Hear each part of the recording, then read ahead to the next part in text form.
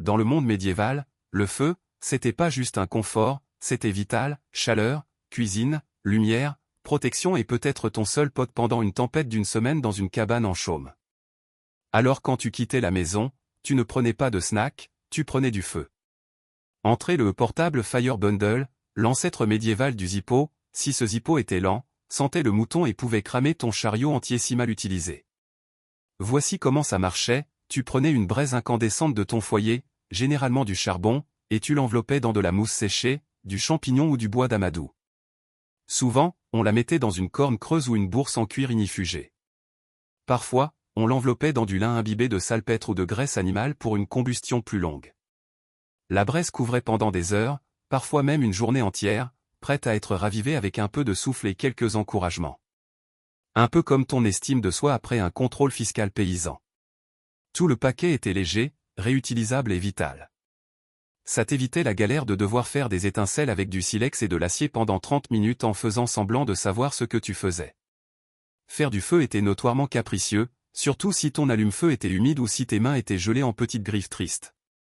Transporter du feu signifiait que tu pouvais arriver dans une clairière, construire un abri, déballer ton miracle enveloppé de mousse et, avec un souffle et une prière à Saint se de la braise, avoir des flammes prêtes pour la soupe, la chaleur ou des spectacles de marionnettes d'ombre dramatique. Tu pouvais même en donner un à un voisin qui partait au marché, passant le flambeau littéralement parce que personne n'aimait être le gars qui devait mendier du feu au crépuscule. Gênant socialement et parfois accueilli par un toret du emballer ta mousse, Gérald. Si t'as déjà zioté un garde-manger de survivaliste, c'est en gros un musée d'ambition sous vide, bœuf séché, haricots, boîte mystère de 2011 et assez de stroganoff lyophilisé pour survivre à une petite apocalypse et quand même se plaindre. Mais les médiévaux, eux, conservaient la viande à l'ancienne, avec de la fumée, du sel et la terreur silencieuse de n'avoir rien à manger en février. Aujourd'hui, la plupart des gens pensent au fumage de la viande comme à un truc qu'on fait avec un barbecue, une bière et de légères illusions de barbecue. Mais au Moyen-Âge, la fumée n'était pas pour le goût, elle était pour la survie. Et pas n'importe quelle fumée, c'était de la fumée stratégique, sournoise, cachée. Tu vois, dans de nombreuses maisons, surtout les chaumières avec des foyers ouverts, la viande n'était pas exposée fièrement au-dessus du feu comme dans un film fantastique. Elle était accrochée derrière le feu, cachée dans les poutres, hors de portée des animaux, des enfants et de ce voisin qui débarquait toujours à l'heure du dîner. Pourquoi derrière le feu? Parce que c'est là que la fumée froide dérivait, lente et régulière, montant à travers la maison et s'enroulant autour de n'importe quel morceau de poulet ou de porc malheureux que tu avais réussi à obtenir. Pendant des jours, des semaines et même des mois, la fumée séchait la viande, tuait les bactéries, repoussait les insectes et s'assurait que ton jambon survivait plus longtemps que ton optimisme du Nouvel An. C'était pas la fumée douce au bois de pommier de ton barbecue, c'était de la fumée de pain et de désespoir, épaisse, âcre et pleine de caractère. Après quelques mois, la viande était durcie, noircie et pleinement armée contre la décomposition, les insectes et les parents qui débarquaient à l'improviste. Encore mieux, la viande cachée fumait plus lentement et était plus difficile à voler. Ça compte quand tu vis dans un village où j'ai pas vu votre saucisse traîner par là est une défense légale en quelque sorte. Et n'oublie pas le double avantage, pendant que la viande fumait, la maison restait chaude et résistante aux parasites. Rien de tel qu'une soirée médiévale confortable passée sous un jambon fumant dans une pièce remplie de fumée et d'espoir. Les survivalistes d'aujourd'hui adorent la défense du périmètre, les détecteurs de mouvement, les câbles de déclenchement, les drones de surveillance et ce type qui insiste toujours pour dire que son chien peut sentir les pillards à 1 kilomètre. Mais les médiévaux avaient leur propre version de la défense de la propriété et elle ne nécessitait ni pile, ni aboiement, ni wifi. Ça s'appelait une évive. Et oui, c'était exactement ce que ça laissait entendre. Imagine que tu essaies de garder tes vaches dedans et les enfants de tes voisins dehors sans utiliser de bois de construction, de clous ou de cris. La solution, faire pousser ton mur. Les évives, aussi appelées bocages, étaient créées en plantant des arbres souples à croissance rapide comme le saule, l'aubépine, le noisetier ou le prunellier, les uns près des autres. Au fur et à mesure de leur croissance, tu ne les laissais pas simplement pousser vers le haut comme des mauvaises herbes ambitieuses. Non, tu pliais et entrelaçais les branches pour former une haie épaisse et hargneuse qui pouvait arrêter un cochon, détourner une oie et absolument gâcher la soirée d'un voleur. Ce n'était pas seulement efficace, c'était élégant, d'une manière épineuse, presque violente. Certaines étaient couchées, ce qui signifie que les troncs étaient partiellement coupés et pliés sur le côté, encourageant la nouvelle croissance tout en restant vivantes. d'autres comprenaient des plantes épineuses qui servaient à la fois de dissuasion contre les cambrioleurs et de source de baies gratuites, à condition d'avoir les mains d'un masochiste. Et voici la beauté de la chose, les haies vives devenaient plus fortes avec le temps. Contrairement aux clôtures en bois qui pourrissent, s'effondrent et invitent tous les charpentiers de la ville à te faire un devis, les haies devenaient plus épaisses, plus denses et plus impénétrables chaque année. Les agriculteurs médiévaux ne construisaient pas seulement des murs, ils cultivaient des forteresses. Elles remplissaient également de multiples rôles, les oiseaux y nichaient, les pollinisateurs les adoraient et elles empêchaient l'érosion du sol. En gros, c'étaient des outils multifonctions médiévaux. Si ton outil multifonction avait des épines, des abeilles et un furet cachés de temps en temps. Elles étaient aussi magnifiques. Certaines et encore visibles en Angleterre aujourd'hui ont plus de 700 ans, ce qui signifie qu'elles ont survécu à des guerres, des rois et plusieurs tentatives de Brexit. Quand tu entends un pile d'argile, tu peux imaginer des moines en chapeau pointu qui électrocutent des grenouilles avec de l'électricité statique ou des paysans médiévaux qui inventent accidentellement Tesla. Mais non, ce genre de pile n'avait rien à voir avec l'électricité et tout à voir avec le contrôle de la température. Bien avant les thermostats, les mini-frigos ou l'expression anxiété climatique, l'argile, il s'avère, n'était pas seulement pour les pots, les sculptures douteuses et la maternelle. Dans le monde médiéval, c'était aussi un génie tacite de la masse thermique, ce qui est une façon sophistiquée de dire qu'elle conserve la chaleur ou le froid comme une grand-mère têtue garde ses rancunes.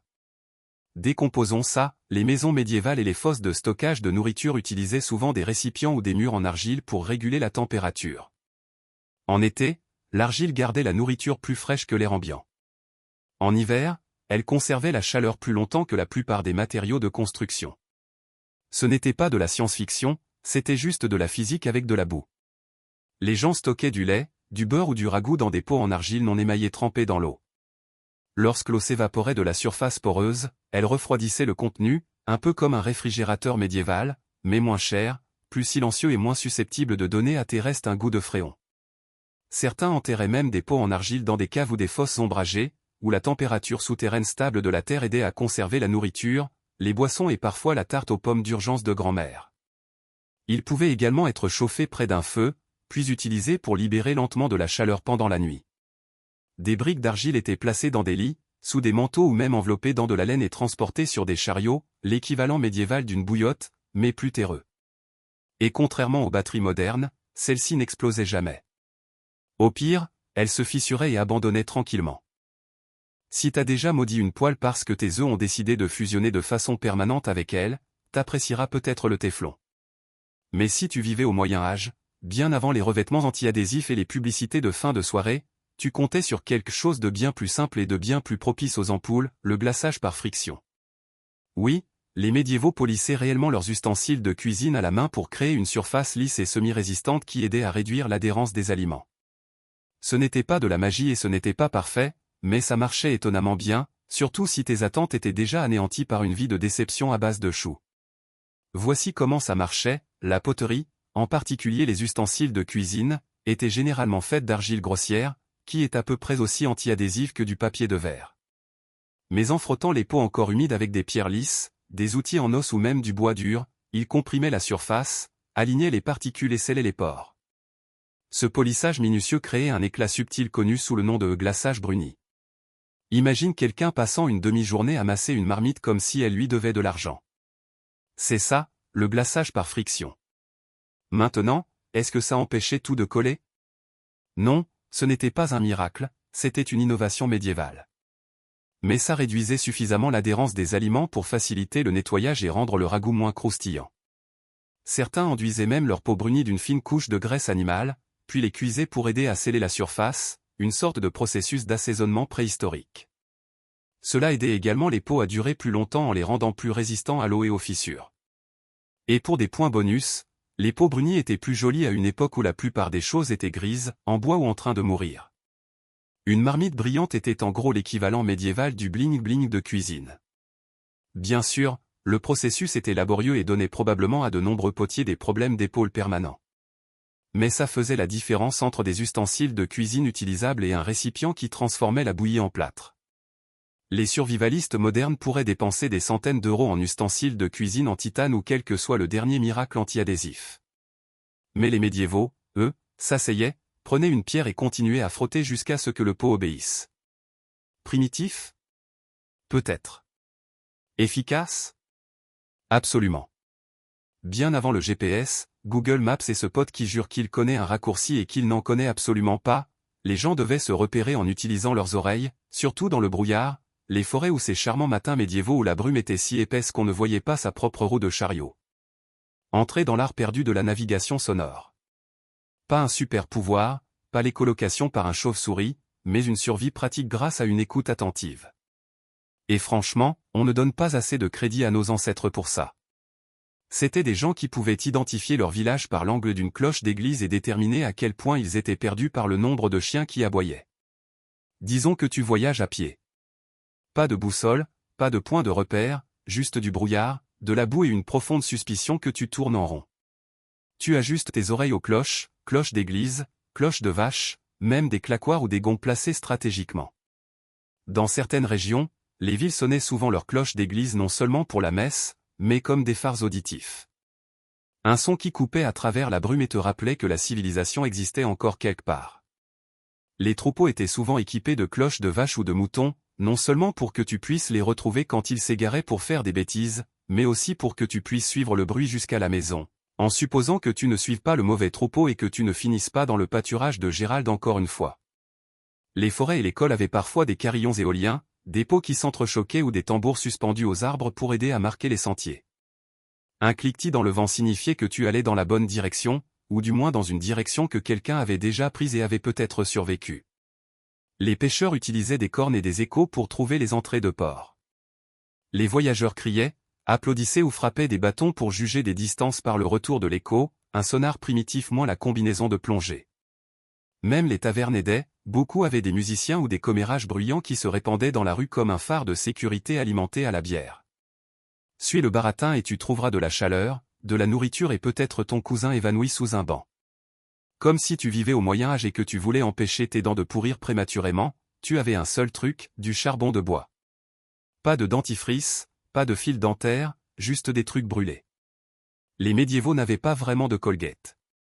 Ce qu'ils avaient, c'était du bois carbonisé réduit en poudre et mélangé à du sel, des herbes séchées ou des coquilles broyées, appliquées directement sur les dents à l'aide des doigts, de bâtons ou, dans le cas des plus branchés, d'un chiffon attaché autour d'une brindille.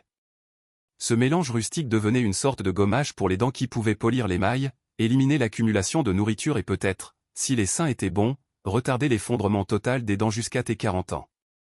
Maintenant, était-ce agréable? Absolument pas. Frotter de la cendre granuleuse contre tes dents, c'est exactement ce que ça laisse entendre, mâcher du sable pendant un feu de joie. Mais c'était mieux que l'alternative, qui était de laisser la plaque danser librement jusqu'à ce que tes gencives organisent une violente révolte. Le charbon de bois avait aussi de légères propriétés antibactériennes, ce qui signifiait qu'il aidait à combattre la mauvaise haleine. Une haleine fraîche dans le contexte médiéval signifiait que tu pouvais parler à moins d'un mètre de quelqu'un sans provoquer de larmes. Certaines recettes ajoutaient de la menthe, du romarin ou de la sauge, non pas pour l'efficacité, mais pour l'illusion de l'hygiène. D'autres juraient par les rinçages au vinaigre après, ce qui annulait probablement tout le bien que le charbon de bois faisait et ajoutait un bonus agréable de fonte de l'émail. Le travail dentaire quand les choses allaient mal impliquait des pinces, des bras forts et une absence totale d'anesthésie. Alors oui, étaler des cendres sur tes dents ressemblait soudainement à une alternative très attrayante. Aujourd'hui, le charbon de bois a fait son retour dans le dentifrice hipster et les soins de spa. Mais soyons clairs, les médiévaux ne l'utilisaient pas pour être à la mode, ils l'utilisaient parce que la seule autre option était de se faire arracher les dents par un type nommé Barthélemy qui aiguisait aussi les couteaux. Soyons honnêtes, les logements modernes sont surtout faits de plaques de plâtre, de béton et de meubles IKEA qui s'effondrent si tu penses même à t'appuyer dessus de travers. Mais les paysans médiévaux, eux, construisaient leurs maisons avec des bâtons, de la boue, de la paille et un pur optimisme. La méthode? Elle s'appelait Wattle and Daube, ce qui sonne comme un groupe folk excentrique, mais était en fait l'épine dorsale de l'architecture de survie quotidienne. Voici comment ça marchait. D'abord, tu commences avec le wattle, qui est juste un mot sophistiqué pour désigner des branches tissées, des brindilles ou de longs bâtons souples. Pense au tressage de panier, mais plus grand, plus froid et bien plus susceptible de s'effondrer sur ta chèvre. Ces panneaux de wattle étaient ensuite fixés entre des poteaux en bois, créant ce qui ressemblait au squelette d'une clôture très confuse. Ensuite venait le daube, une charmante concoction faite à la main de boue, de paille, d'argile et de fumier animal. Oui, de fumier. parce qu'au Moyen Âge, si ce n'était pas au moins partiellement fait de caca, est-ce que tu essayais même? Cette délicieuse pâte était étalée dans le wattle et laissée à sécher, formant un mur étonnamment solide et isolé. Ça bloquait le vent, retenait la chaleur et fournissait le genre de parfum rustique qui disait la maison, d'où foyer légèrement en compostage. Maintenant, ce n'était pas glamour. Tes murs pouvaient occasionnellement se fissurer, s'écailler ou attirer des poulets curieux. Et les réparer faisait partie de ta liste de choses à faire hebdomadaire, juste entre ne pas mourir de faim et écrier après la chèvre du voisin. Mais c'était bon marché, efficace et, mieux encore, d'origine locale. Pas de frais d'expédition, pas d'empreinte carbone, juste la terre, le travail et peut-être un peu de traumatisme. Malgré son aspect primitif, le wattle and daub pouvait durer des décennies, voire des siècles avec de l'entretien. Certaines maisons médiévales encore debout aujourd'hui ont leurs murs de wattle d'origine, ce qui signifie qu'un paysan en 1350 a fait un meilleur travail que ton dernier entrepreneur. Imagine le coucher médiéval, un matelas de paille branlant rempli de regrets, un toit de chaume qui laissait couler quelque chose de suspect et la menace constante de puces, de poux et de choses qui bourdonnent, mordent ou rampent avec une confiance suspecte. Entrer dans la solution étonnamment élégante, une literie aux herbes, un mélange rustique d'aromathérapie et de lutte antiparasitaire inventé non pas parce qu'ils étaient chics, mais parce que les paysans médiévaux ne voulaient pas se réveiller comme un banquet pour les parasites. Tu vois, remplir ton matelas avec de la simple paille, c'était juste demander de la compagnie. Le genre de compagnie qui gratte, qui tressaute et qui suce le sang. Alors, à la place, les foyers intelligents mélangeaient des herbes fortement parfumées comme la lavande, la menthe, l'absinthe menthe pouliot et romarin, pas pour le luxe, pour la défense. Ces herbes étaient l'anti-moustique médiéval de mère nature. Leurs odeurs fortes repoussaient les puces, les poux et les moustiques, et parfois même ton ou ta conjoint. Certaines herbes, comme la tanésie ou la rue, étaient même censées éloigner les démons. Pratique, elles éloignaient aussi la belle famille envahissante. Résultat, un lit qui sentait une salade étonnamment agréable et qui gardait les bestioles à distance pendant quelques nuits, au moins. Après ça, fallait raviver les herbes ou risquer de te faire réveiller par une tique avec des problèmes de gestion de la colère. Ça ne s'arrêtait pas au matelas non plus. Des herbes étaient éparpillées sur les sols, tissées dans les cadres de portes et suspendues en bouquets au-dessus des lits. En gros, si tu pouvais y fourrer une brindille d'absinthe, tu le faisais. Ça transformait les maisons en apothicaireries légèrement terrifiantes, mais plus propres, plus sûres et qui sentaient meilleur que les tables à chèvre du voisin. À une époque avant les moustiquaires et le DIT, c'était génial. Des manuels entiers étaient écrits sur les herbes qui fonctionnaient le mieux. Certaines personnes croyaient même que les rêves étaient plus doux quand tu dormais sur de la lavande. Science douteuse, mais si ça te faisait oublier le plafond humide et le fait que ton oreiller était un sac d'avoine, alors que Dieu te bénisse. Bien avant l'âge des réfrigérateurs qui ronronnent dans la cuisine et des tiroirs de congélateurs éclairés remplis de petits pois oubliés, les médiévaux devaient faire preuve de créativité pour empêcher leur nourriture de se transformer en expérience scientifique. Entrer dans la merveille de la conservation passive, les étagères de refroidissement en pierre, aussi connues sous le nom d'étagères en dalle, garde-manger ou, pour faire simple, cette pierre froide sur laquelle on met le fromage. Voici comment ça marchait, d'épaisses dalles de pierre, souvent d'ardoise ou de marbre si t'étais riche, étaient construites dans les murs ombragés des maisons, en particulier sur le côté orienté au nord où le soleil touchait rarement. Ces étagères en pierre absorbaient les températures naturellement plus fraîches de la terre et de l'air environnant, créant une sorte de zone froide ambiante. En gros, une version médiévale d'un mini-frigo, mais avec moins de bruit et plus d'araignées. Pendant les mois plus frais, elles empêchaient le lait, le beurre, les viandes et tout ce qui passait pour des restes de se gâter trop vite. Même par temps plus chaud, la pierre restait plus fraîche que l'air grâce à sa masse thermique, ce qui est du jargon scientifique pour dire que la roche s'en fiche de la température extérieure. Pas de cordon, pas de moteur, pas d'ampoule pour te faire honte à 2 heures du mat', juste de la pierre, de l'ombre et un pur espoir. Certaines maisons avaient même des garde-manger entiers en pierre ou des pièces froides avec des murs épais et des sols en terre battue. C'étaient des précurseurs des caves à racines modernes et elles étaient généralement situées aussi loin que possible du feu de cuisson parce que même si les médiévaux adoraient la soupe chaude, ils ne voulaient pas qu'elle réchauffe lentement leurs réserves de beurre. Dans les foyers plus riches, ces étagères pouvaient être tapissées de linge humide ou de pots poreux remplis d'eau qui s'évaporait pour améliorer l'effet de refroidissement, une utilisation intelligente de la physique sans jamais prononcer le mot évaporation. Dans les foyers plus pauvres, c'était juste, mets le lait sur la dalle froide et espère que ça ne caille pas avant midi. De nos jours, si tu te tords une cheville ou que tu te fais piquer par une abeille, tu cherches une poche de glace, des analgésiques ou peut-être un gel qui promet un soulagement rafraîchissant et qui te donne un léger regret. Mais au Moyen Âge, quand la médecine impliquait souvent des sangsues ou quelqu'un qui murmurait du latin au-dessus d'une corne de chèvre, les gens avaient une option plus accessible et moins terrifiante, les feuilles de chou. Oui, le modeste légume connu aujourd'hui pour gâcher les déjeuners scolaires et donner au plat bouilli une odeur de désespoir a autrefois joué un rôle de premier plan dans les premiers soins médiévaux. Les pansements à feuilles de chou étaient utilisés pour tout, de l'enflure et des ecchymoses à la mastite, aux douleurs articulaires et à l'éventuelle éruption mystère adjacente à la peste. La logique était simple, le chou est rafraîchissant, flexible et légèrement antimicrobien. Une compresse naturelle préemballée dans son propre emballage feuillu. Tu prenais une grande feuille de chou, de préférence froide, tu l'écrasais légèrement pour libérer les jus, puis tu l'enveloppais autour de la zone blessée, souvent en la fixant avec du lin ou un peu d'espoir. L'effet était étonnamment apaisant. L'humidité fraîche des feuilles aidait à réduire l'inflammation, tandis que les composés naturels, y compris le soufre, les flavonoïdes et suffisamment d'odeur de ferme pour garder les parents à distance, faisaient le reste. Certains guérisseurs réchauffaient les feuilles à la place, selon le mal. Pour la congestion thoracique ou les articulations douloureuses, un cataplasme de chou chauffé était l'équivalent médiéval du Vicks Vaporub, mais plus feuillu et moins mentholé.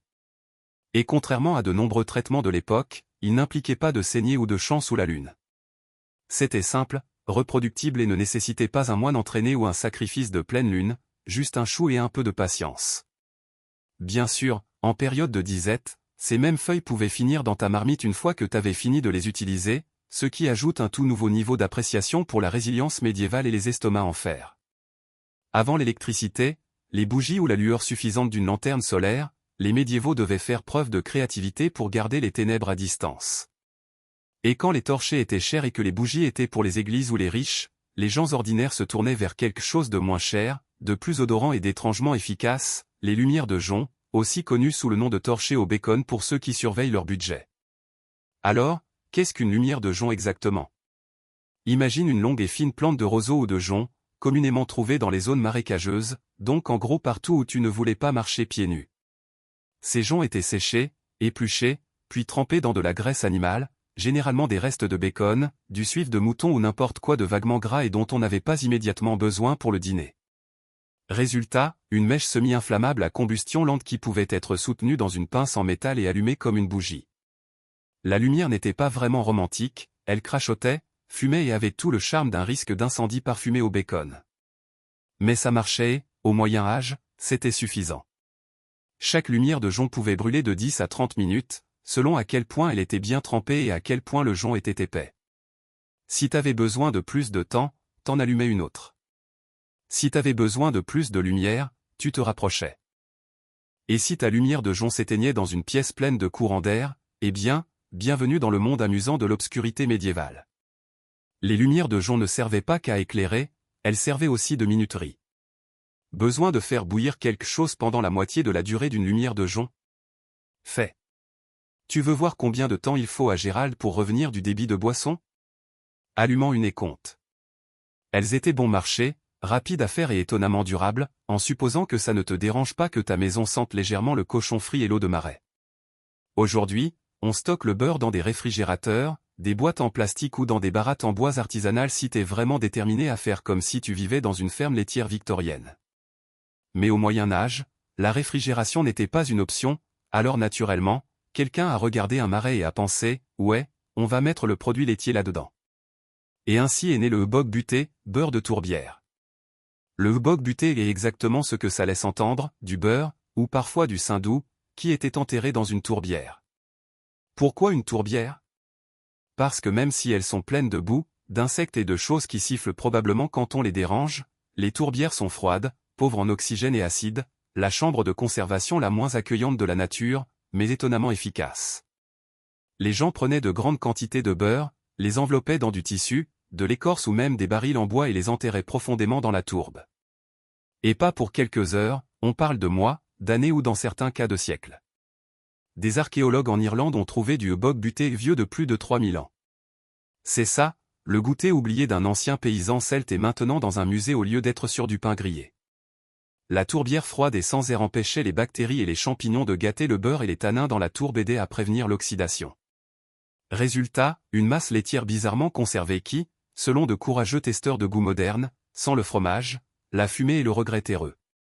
Maintenant, était-ce le truc à faire pour ton beurre de cuisine quotidien? Non.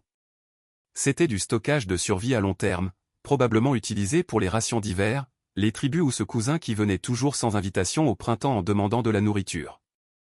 Enterrer ton beurre dans une tourbière avait aussi l'avantage de la sécurité. Tu veux éloigner les voleurs? Cache tes objets de valeur dans un trou de boue glacé jusqu'aux chevilles.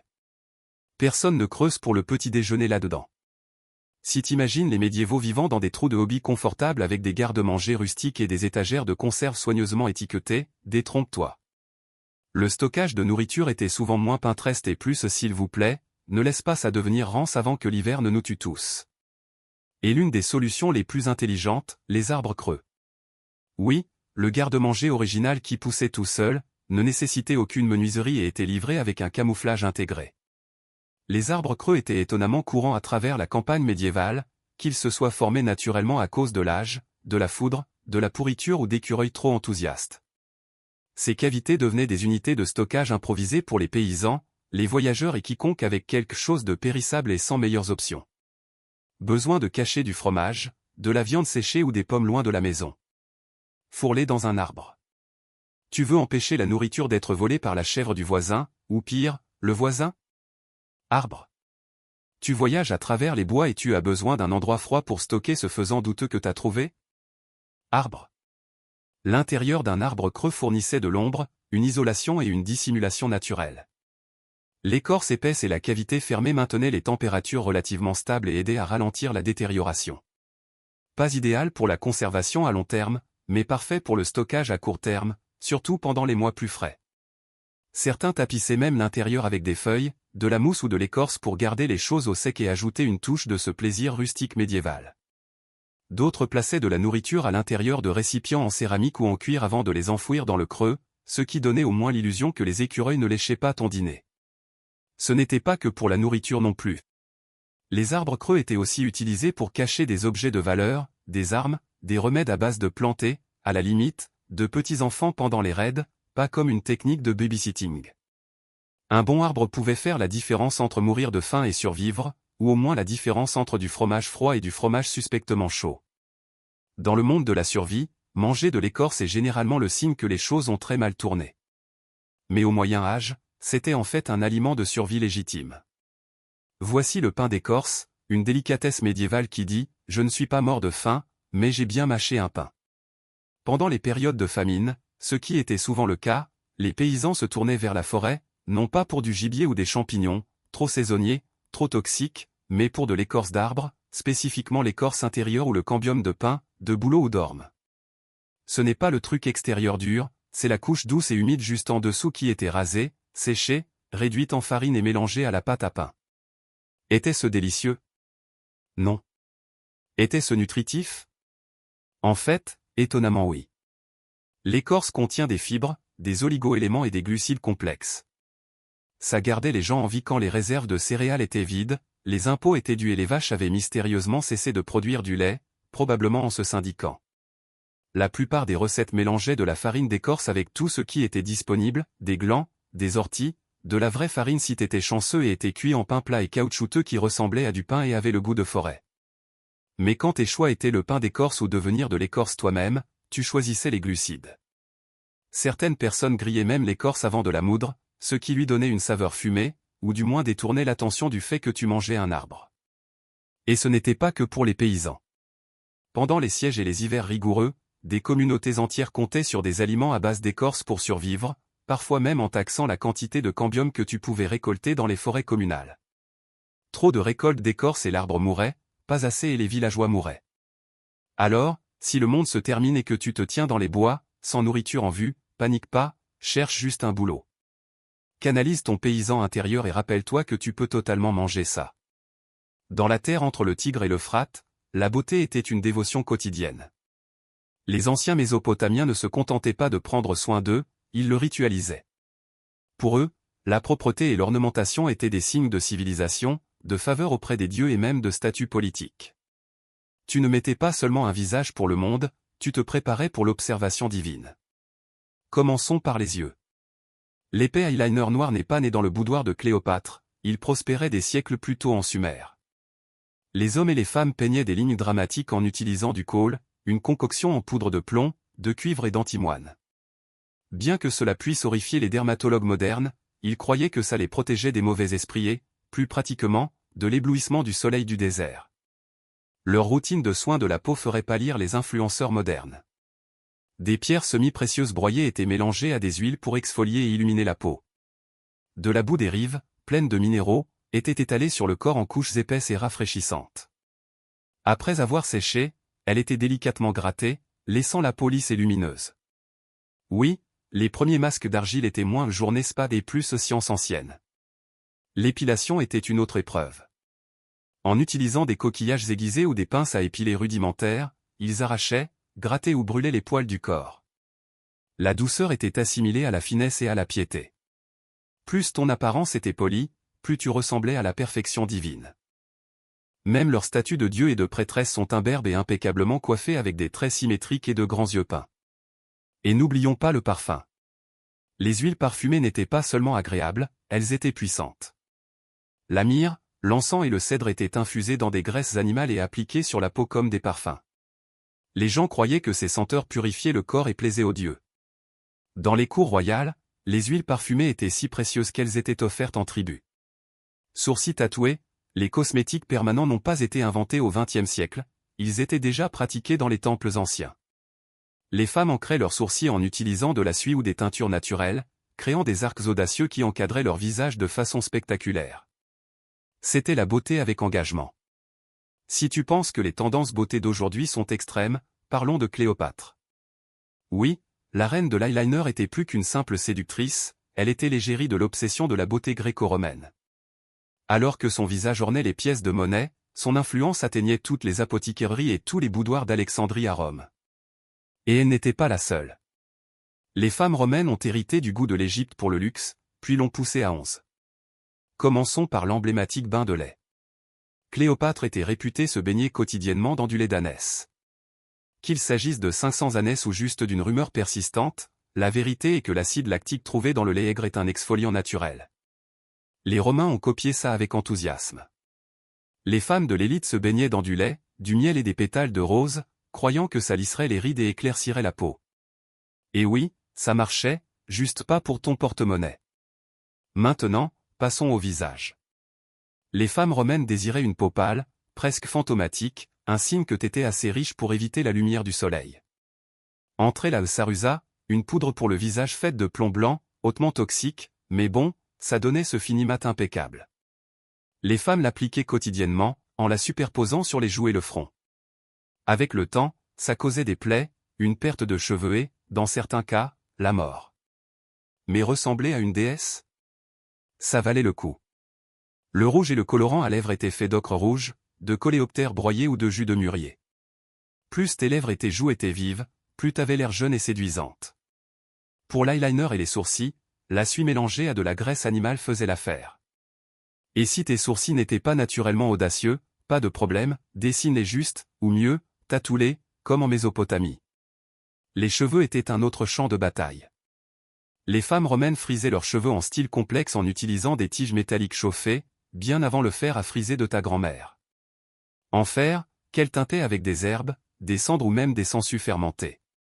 Ouais, sérieusement. Pour ce look blond à la mode, les perruques faites de cheveux d'esclaves allemandes étaient courantes parmi les femmes romaines de l'élite qui essayaient d'afficher leur richesse et leur style. Et le parfum, un empire en soi. Les Romains étaient accros aux senteurs. Des huiles infusées de safran, de cannelle et de rose étaient frottées dans tous les plis du corps. Les termes sentaient les jardins botaniques trempés dans du musc. Dans la Chine ancienne, la beauté n'était pas tape à accent grave-l'œil, elle était philosophique. Là où Rome courait après le glamour, l'esthétique chinoise prisait l'équilibre, l'harmonie et la clé intérieure. Mais ne confonds pas subtilité et simplicité. Les rituels de beauté de la Chine dynastique étaient tout aussi rigoureux, profondément spirituels et parfois incroyablement intenses. Commence avec la peau.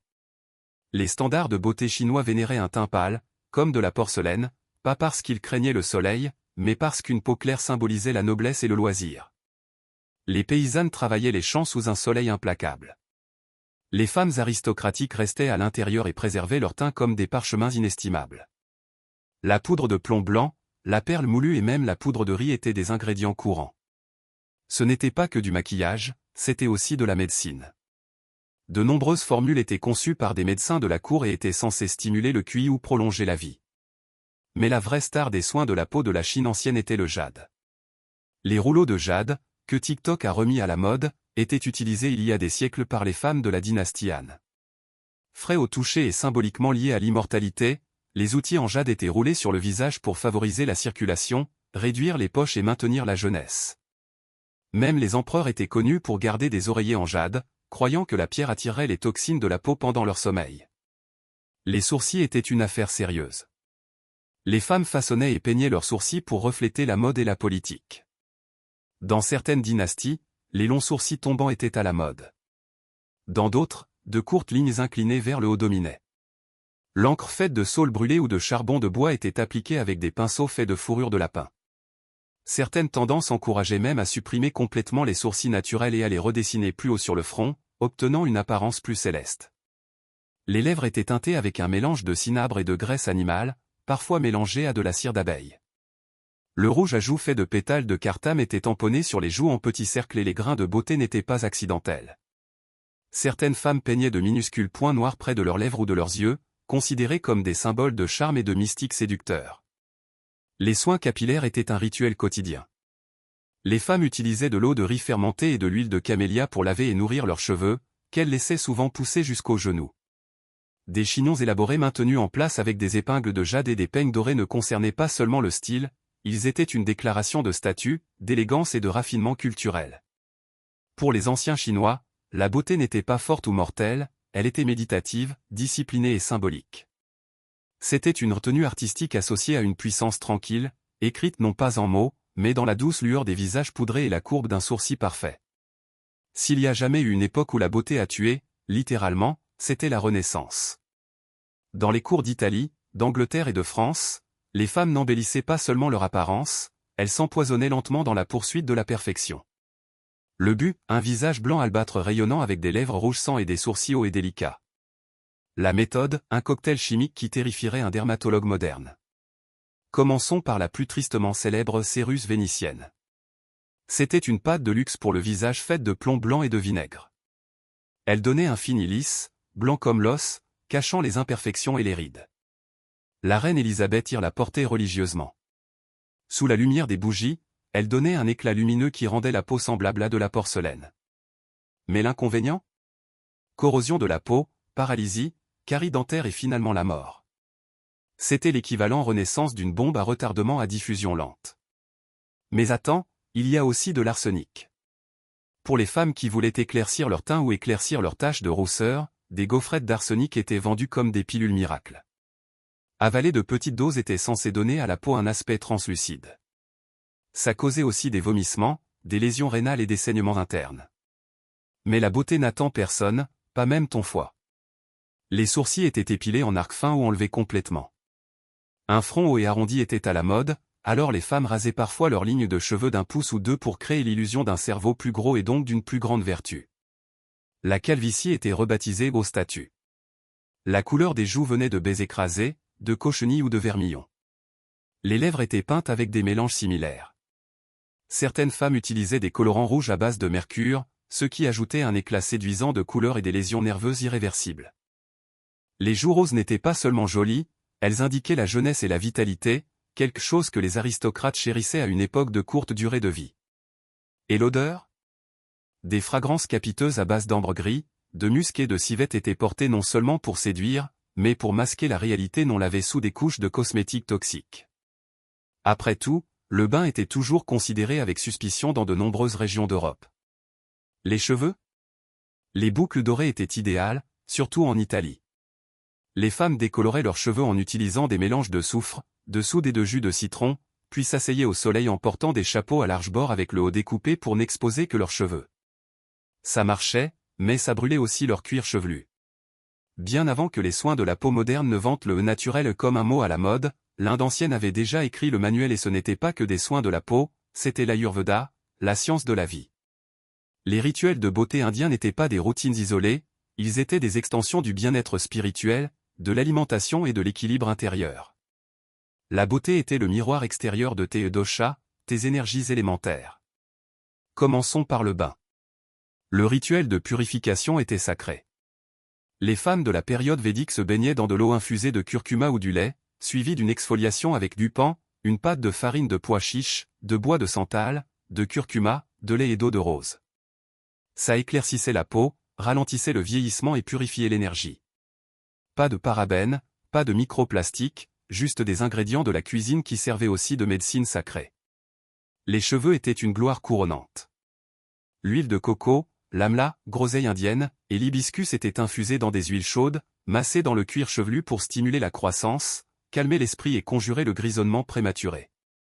Des cheveux épais, jusqu'à la taille, n'étaient pas qu'une esthétique, c'était un marqueur de vitalité et de féminité. Les séances d'huilage des cheveux étaient communautaires, intimes et méditatives.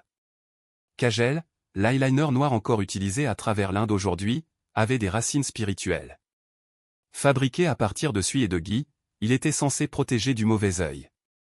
Les mères l'appliquaient non seulement sur elles-mêmes, mais sur leur bébé comme un bouclier contre les forces négatives. Mais ça encadrait aussi magnifiquement les yeux, leur donnant la profondeur de la poésie ancienne. Le parfum ? Des villes entières comme Kanauj sont devenues célèbres pour la distillation des attar, des parfums faits de fleurs comme le jasmin, la rose et le vétiver.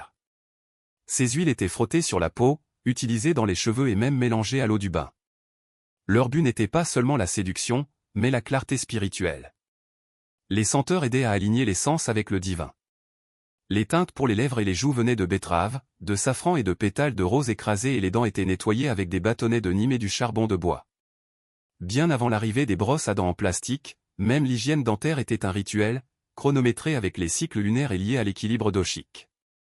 Le plus unique était peut-être le méhandi, le henné utilisé pour décorer les mains et les pieds, surtout pendant les mariages. Le henné n'était pas que cosmétique, il refroidissait le corps, réduisait le stress et signifiait la joie, la fertilité et la transformation. Chaque tourbillon dans le dessin racontait une histoire. Les anciens Grecs adoraient la beauté, mais pas dans le sens tape à accent grave-l'œil et doré des empires postérieurs. Pour eux, la beauté morale, la perfection physique reflétait une âme vertueuse. Un corps sculpté ou un visage symétrique n'était pas seulement attrayant, c'était un signe d'harmonie intérieure, d'intelligence et de faveur divine. Il n'est donc pas surprenant que les soins personnels dans la Grèce classique étaient pratiquement un devoir civique. Commençons par la peau. Comme les Romains, les Grecs idolâtraient les teints pâles. Un visage blanc signifiait le loisir et la noblesse. Un visage bronzé signifiait que tu travaillais à l'extérieur, ce qui était pour les esclaves et les paysans. Pour atteindre cet idéal fantomatique, les femmes grecques utilisaient des poudres faites de plomb blanc, encore, de craie ou de coquillages écrasés. Ces poudres n'étaient pas subtiles. En fait, certaines femmes les superposaient si épaissement qu'elles se craquelaient quand elles souriaient. Mais bon, la beauté est un sacrifice. Les lèvres et les joues rouges venaient de mûres, d'oxyde de fer rouge ou même de lit de vin. Plus le rouge était riche, plus le look était désirable. Cependant, l'application devait être légère. Le maquillage lourd était mal vu. Un rougissement modeste signifiait une bonne santé et la chasteté. Trop? C'était associé aux prostituées, connues sous le nom des hétéras, qui utilisaient fameusement un rouge plus riche et des cosmétiques élaborés pour divertir les philosophes et les hommes d'État. Les soins capillaires n'étaient pas une réflexion après coup. Les femmes grecques prisaient les cheveux longs et ondulés, souvent coiffés en tresses, en chignon ou en nœuds et maintenus ensemble avec des épingles en ivoire ou en bronze. Pour éclaircir leurs cheveux, elles frottaient du vinaigre, du jus de citron et utilisaient parfois des cendres. Les cheveux blonds, en particulier, étaient idéalisés comme divins et étrangers. Pense à Hélène de Troie. Les perruques et les postiches faits de femmes du Nord réduites en esclavage n'étaient pas rares parmi l'élite. Les sourcils étaient essentiels. Un seul sourcil continu, oui, un monosourcil, était un signe de pureté et d'intelligence. Les femmes qui n'étaient pas naturellement dotées, le simulaient en utilisant de l'antimoine en poudre ou de la suie. Certaines collaient même des poils de chèvre entre leurs sourcils, tout ça pour ce look doux et érudit. Les parfums étaient mélangés avec soin en utilisant de l'huile d'olive comme base, mélangés avec des herbes comme la marjolaine, le thym et la racine d'iris. Ils étaient appliqués après le bain, que les Grecs faisaient de manière obsessive, souvent dans des bains publics. La propreté était juste après la piété, littéralement. Dans les jungles et aux plateaux de Mésoamérique, la beauté n'était pas douce et elle n'était certainement pas subtile. Pour les civilisations aztèques et mayas, la beauté était audacieuse, un insigne physique d'identité, de pouvoir et de devoir sacré. Le corps idéal était façonné, sculpté et parfois douloureusement altéré, tout au service des dieux et du statut sociétal. Commençons par la modification crânienne la plus intense. Chez les Mayas et les Aztèques, façonner le crâne d'un bébé était considéré comme une amélioration. Dès l'enfance, des planches de bois étaient doucement, mais fermement liées à la tête d'un enfant pour allonger le crâne en une forme inclinée, presque conique. C'était un signe de noblesse, d'intelligence et de beauté. Plus le front était long et lisse, plus ton statut social était élevé. Ensuite, la décoration dentaire. Oublie les bandes de blanchiment, les élites mayas incrustaient du jade, du turquoise et même de l'hématite dans leurs dents. De minuscules trous étaient percés avec des outils en obsidienne et des pierres précieuses étaient collées avec des résines naturelles. L'éclat quand ils souriaient? Littéral. La tolérance à la douleur? Astronomique. Les dents limées étaient aussi à la mode, façonnées en pointes acérées ou en motifs symétriques pour imiter les traits d'animaux, suggérant la force ou la connexion divine. La peinture de la peau et du visage jouait un rôle majeur dans la vie quotidienne et rituelle. Les femmes aztèques portaient souvent des pigments rouges et jaunes sur leurs joues, tandis que les hommes et les femmes utilisaient de la peinture noire pour les cérémonies. Les couleurs n'étaient pas aléatoires, elles avaient un sens. Le rouge était pour la vie et la fertilité, le noir signifiait souvent la guerre ou la dévotion. Certaines peintures étaient faites d'insectes écrasés comme la cochenille, donnant une teinte cramoisie vibrante. Les piercings et les tatouages étaient des engagements spirituels. Les piercings aux oreilles, au nez et aux lèvres étaient courants, souvent ornés de bijoux en jade ou en os. Les tatouages créés avec des épines et de l'encre affichaient la lignée familiale, le rôle religieux ou même les honneurs du champ de bataille. Ce n'étaient pas des accessoires subtils, c'étaient des déclarations de loyauté envers des dieux comme Quetzalcoatl ou Ixchel. Même les yeux croisés étaient considérés comme attrayants chez les Mayas. Les mères suspendaient des perles devant le nez de leurs nourrissons, les entraînant à regarder vers l'intérieur jusqu'à ce que leurs yeux se désalignent. Ce n'était pas considéré comme un défaut, mais comme un signe de perspicacité mystique. À travers les paysages vastes et variés de l'Afrique ancienne, la beauté était aussi diverse que le terrain lui-même. De la vallée luxuriante du Nil aux savanes de Nubie et aux villes commerçantes d'Afrique de l'Ouest, les rituels de beauté étaient à la fois pratiques et profondément symboliques. L'ornementation n'était pas qu'une question de style, c'était une déclaration d'identité, de statut et même d'alignement cosmique. Commençons en Égypte ancienne où la beauté était pratiquement une science. Les hommes et les femmes portaient du khôl autour de leurs yeux, non seulement pour séduire, mais comme protection. Le pigment noir fait de galène ou de sulfure de plomb réduisait l'éblouissement du soleil et conjurait les infections. Les lignes dramatiques s'étendaient au-delà des paupières, créant le fameux regard en amande de l'art égyptien. Les yeux n'étaient pas que des miroirs de l'âme, c'étaient des instruments sacrés, des canaux vers le divin. Le parfum était un luxe et une nécessité. Les Égyptiens aimaient tellement les senteurs qu'ils créaient des cônes de parfum, des cônes de cire infusés de myrrhe, de cannelle et d'huile de lotus, qui étaient portés sur la tête pendant les cérémonies. Lorsque le cône fondait sous la chaleur, il libérait du parfum, enrobant les cheveux et le corps. L'hygiène quotidienne comprenait des huiles parfumées après le bain, souvent appliquées avec des pots en pierre ou en albâtre qui étaient eux-mêmes des œuvres d'art. Les soins de la peau étaient enracinés à la fois dans la beauté et la survie climatique.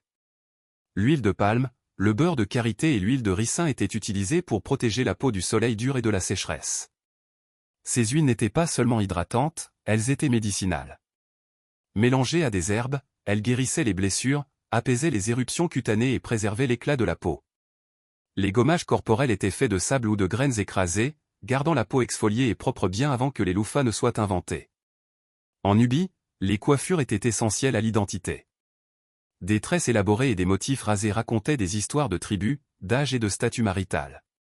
Les cheveux étaient souvent teints au henné ou décorés avec des perles, des coquillages et des fils d'or. Une coiffe haute et stylée était plus que de la mode, elle était royale. Plus à l'ouest, dans les anciens territoires Yoruba ou Songhai, la peinture corporelle utilisant des pigments d'indigo et d'ocre jouait un rôle dans les rituels et les célébrations. Les marques tribales, scarifiées ou peintes, n'étaient pas considérées comme des imperfections, mais comme des améliorations esthétiques et des marqueurs de force et d'héritage. La beauté a toujours exigé quelque chose en retour, du temps, des efforts, de l'argent. Mais dans le monde ancien, elle pouvait aussi exiger ta santé mentale et même ta vie. À travers les civilisations, la poursuite de la perfection a souvent franchi la ligne vers un territoire dangereux. Bien que ces rituels étaient admirés et même vénérés, ils laissaient parfois des cicatrices bien plus profondes que le cosmétique. Nous avons déjà vu les ingrédients glaçants, le plomb, l'arsenic, le mercure et les insectes écrasés, tous utilisés dans le maquillage et les soins de la peau. Ce que ces substances avaient en commun, c'était la toxicité. Les poudres pour le visage au plomb utilisées à Rome, en Grèce et plus tard dans l'Europe de la Renaissance causaient une perte de cheveux, une paralysie musculaire et une défaillance lente des organes. Et pourtant, plus ta peau était pâle, plus ton attrait était élevé. C'était un poison enveloppé d'un compliment. Dans la Chine ancienne, les femmes de la classe élite liaient leurs pieds dès le plus jeune âge dans la poursuite du soi-disant pied lotus, un idéal qui symbolisait la grâce et l'obéissance. Bien que la ligature des pieds soit devenue plus dominante pendant les dynasties postérieures, les premières itérations de pratiques similaires existaient déjà. Le résultat était une déformation permanente, mais ce n'était pas considéré comme de la cruauté, c'était considéré comme de la beauté. N'oublions pas la douleur ritualisée des tatouages, des piercings et des modifications corporelles. Pour les Mayas et les Aztèques, insérer du jade dans tes dents ou remodeler ton crâne était vu comme une marque d'honneur, mais le risque d'infection, de douleur et de dommages permanents était élevé. De même, dans les cultures africaines et moyen-orientales anciennes, la scarification était un signe de force et de beauté, mais impliquait de découper des motifs complexes dans la peau, souvent sans antiseptique. Même les parfums pouvaient être dangereux. En Égypte, les cônes de parfum contenaient souvent des ingrédients comme l'huile de cannelle qui, à forte concentration, pouvaient brûler la peau. Et comme se baigner avec de l'eau était un luxe, les huiles épaisses pouvaient emprisonner la saleté et les bactéries, entraînant des infections. Les cosmétiques et les traitements n'étaient pas réglementés ni normalisés. Le secret de beauté d'une personne était la lente disparition d'une autre. Et comme de nombreux rituels étaient transmis oralement ou inscrits dans des textes secrets, la désinformation était aussi courante que la vanité elle-même. Dans toutes les cultures, la poursuite de la beauté reflétait les valeurs de l'époque, pouvoir, divinité, noblesse, vertu. Mais le prix était souvent payé en silence. Les cicatrices étaient cachées sous des poudres, des parfums et des coiffures élaborées. Bien avant que Monopoly ne gâche les dîners de famille, les habitants de l'ancienne Mésopotamie étaient déjà obsédés par les jeux de société, en particulier un appelé le Royal Game of Ur. Découvert dans les années 1920 par l'archéologue britannique Sir Leonard Woolley dans le cimetière royal d'Ur, ce jeu remonte à plus de 4500 ans. Mais ce n'était pas qu'une simple distraction rangée dans un coin poussiéreux. Il était sacré, symbolique, peut-être même cosmique. Le plateau de jeu lui-même est un chef-d'œuvre, une petite boîte rectangulaire avec 20 cases décorées faites de lapis-lazuli, de coquillages et de calcaire rouge incrusté de bitume. Imagine quelque chose qui ressemblait moins à un jouet et plus à un artefact divin. Les joueurs déplaçaient leurs pièces à l'aide de des tétraédriques, des formes pyramidales à 4 faces, pour courir d'un bout à l'autre du plateau. Le but ? Sortir toutes tes 7 pièces du plateau avant ton adversaire. Ça semble assez simple, mais plus tu regardes en profondeur, plus ça devient complexe. Certains chercheurs pensent que la disposition représente un voyage spirituel, une métaphore du progrès de l'âme à travers le destin et le chaos. On pensait que les cases du milieu étaient des lieux dangereux ou magiques de chance, de protection ou de jugement divin. Dans cette optique, gagner n'était pas qu'une question de chance, il s'agissait de naviguer sagement dans le cosmos, comme enfiler une aiguille à travers la volonté des dieux.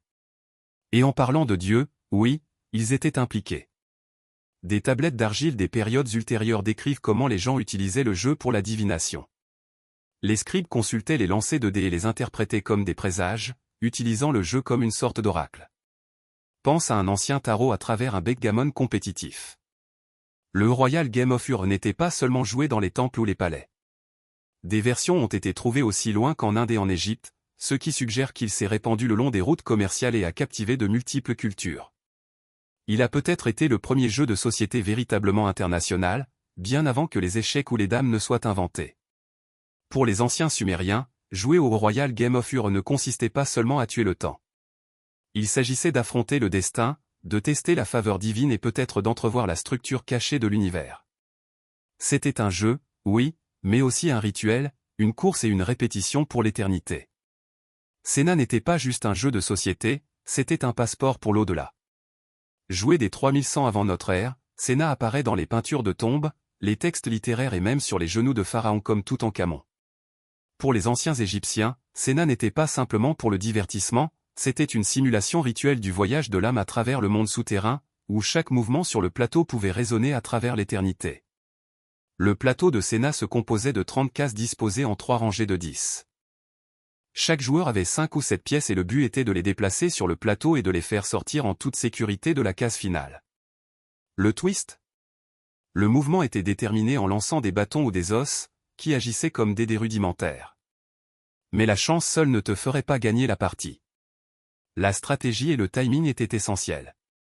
Ce qui a commencé comme un passe-temps occasionnel a rapidement pris un poids spirituel. À la période du Nouvel Empire, vers 1550 avant notre ère, Senna avait évolué en quelque chose de bien plus qu'un simple divertissement domestique. C'était maintenant une représentation symbolique du voyage de l'âme à travers la Doua, le monde souterrain égyptien. Certaines cases sur le plateau en sont venues à représenter des étapes clés de ce voyage, la renaissance, le jugement, le péril, la purification. Chaque tour de jeu n'était pas qu'un pari, c'était une invocation de la volonté divine. L'iconographie autour de Senna est devenue de plus en plus mystique. Certains plateaux étaient inscrits de hiéroglyphes représentant des divinités protectrices ou des sorts. La case 26, par exemple, symbolisait souvent la maison de la Renaissance, tandis que la case 27 pouvait être la maison du bonheur. Atterrir là pouvait signifier une protection divine, tandis que d'autres cases éplaient le retard, voire le danger. Le plateau est devenu un microcosme de l'au-delà, un parcours d'obstacles spirituels disposés en cèdre et en peinture. Senna était aussi étroitement lié à la déesse Maa, l'incarnation de la vérité, de la justice et de l'ordre cosmique. Bien joué à Senna était une répétition symbolique de la navigation dans les épreuves de l'au-delà, où l'âme serait pesée contre la plume de Maa. Gagne la partie et tu pourrais gagner l'immortalité. Père, et disons juste que tu ferais mieux d'espérer que quelqu'un ait emballé des amulettes supplémentaires dans ta tombe. Donc, bien que Senna puisse ressembler à une ancienne version du backgammon, il était bien plus que ça, en partie jeu, en partie théologie, en partie guide du monde des esprits. En Égypte, tu ne jouais pas seulement à Senna, tu priais à travers lui. Pour un œil non averti, les osselets ressemblaient à un jeu d'enfant, juste une poignée d'os de forme étrange jetée en l'air. Mais dans la Grèce antique, c'était bien plus qu'un simple passe-temps. C'était un jeu d'habileté, de chance, de flirt et même de symbolisme divin. Que ce soit dans les marchés athéniens animés ou les cours de temples tranquilles, les osselets cliquetaient sur les sols en pierre, faisant écho au rire, à la rivalité et au rituel. Le jeu était à l'origine joué en utilisant les petits os de la cheville de mouton ou de chèvre, connus sous le nom des lastres gallois. Contrairement aux dés modernes, ces os à 4 faces ne roulaient pas selon des motifs uniformes, ce qui rendait chaque jet imprévisible. Les joueurs les jetaient en l'air et essayaient de les attraper sur le dos de leurs mains ou de les faire atterrir dans certaines positions pour marquer des points. Les règles variaient selon la région et l'époque, mais le frisson était universel. Il n'y avait pas que les enfants qui jouaient, les adultes, en particulier les femmes, l'adoraient. Les vases et les sculptures grecques montrent souvent de jeunes filles jouant aux osselets en robes élégantes, leur visage plein de concentration. Pour beaucoup, c'était un jeu d'élégance et de dextérité, une sorte d'ancien fidget spinner rencontre un rituel social. En fait, il était parfois utilisé comme une démonstration de cours, où un lancer gracieux pouvait attirer l'attention d'un prétendant de passage. Mais il y avait aussi quelque chose de plus profond. Les astragallois étaient souvent liés au destin et aux dieux. Chaque côté de l'os avait un nom et une valeur numérique, ce qui les rendait idéaux pour le jeu et la divination. Un bon lancer pouvait être interprété comme un signe des dieux, peut-être même un message d'Apollon ou d'Hermès. Et si tu lançais 4 du même côté, c'était le lancer de Vénus convoité, un coup si parfait qu'il était dit avoir été touché par la faveur divine. Le jeu avait également des liens étroits avec la mort et l'au-delà. Des osselets étaient souvent placés dans les tombes comme jouets ou outils de divination dans l'autre monde. Certains croyaient que les esprits pouvaient jouer à travers eux ou qu'ils aidaient les morts à prédire l'avenir. Finalement, le jeu a évolué. Les Grecs ont commencé à lancer des osselets en bronze, en verre et en ivoire, mais l'attrait principal est resté le même. Il était facile à apprendre, difficile à maîtriser et imprégné de mystique. En Grèce, les osselets étaient plus qu'un jeu, c'était du flirt, du destin et du plaisir, le tout réuni dans un seul lancer. Si les échecs sont la guerre sur un plateau, alors Ludus Latrunculorum était la déclaration de bataille de Rome. Cet ancien jeu romain, souvent abrégé en Latrunculib ou le jeu des petits soldats, n'était pas seulement un moyen de passer le temps dans la cour d'une villa, c'était un match d'échecs intellectuels, une répétition intelligente du conflit du monde réel. Bien y jouer, c'était penser comme un général.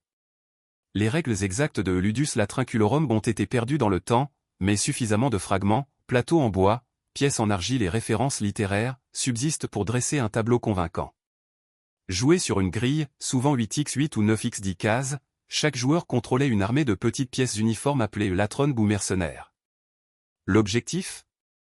Déjouer ton adversaire et capturer ses pièces en les encerclant. Pas de dés, pas de chance, juste de la ruse. Ce qui le rendait passionnant, c'était sa subtilité. Ce n'était pas un jeu de course comme Ur ou Senna, c'était tactique, exigeant de la prévoyance et de la guerre psychologique. Les joueurs appâtaient, feintaient et piégeaient, tout comme dans de véritables campagnes militaires. Des auteurs romains comme Varron et Ovide le mentionnent comme un passe-temps favori des soldats et des hommes d'État. Certains le considéraient comme un test de caractère, d'autres aimaient juste humilier leurs amis devant une foule. Il est intéressant de noter que le jeu n'était pas limité à l'élite. Des plateaux de Latrunie ont été trouvés gravés dans des pierres, des sols et même des toits à travers l'Empire romain, de la Grande-Bretagne à l'Égypte. Les soldats y jouaient pendant leur stationnement à la frontière, les marchands y jouaient entre les négociations. Il a transcendé la classe et la culture, offrant à la fois une évasion et une formation stratégique. Les pièces elles-mêmes variaient, de simples cailloux, des jetons en ivoire sculpté ou des compteurs en verre. Certains plateaux comportaient des cases spéciales, probablement des forteresses ou des trônes, où des captures clés pouvaient se produire.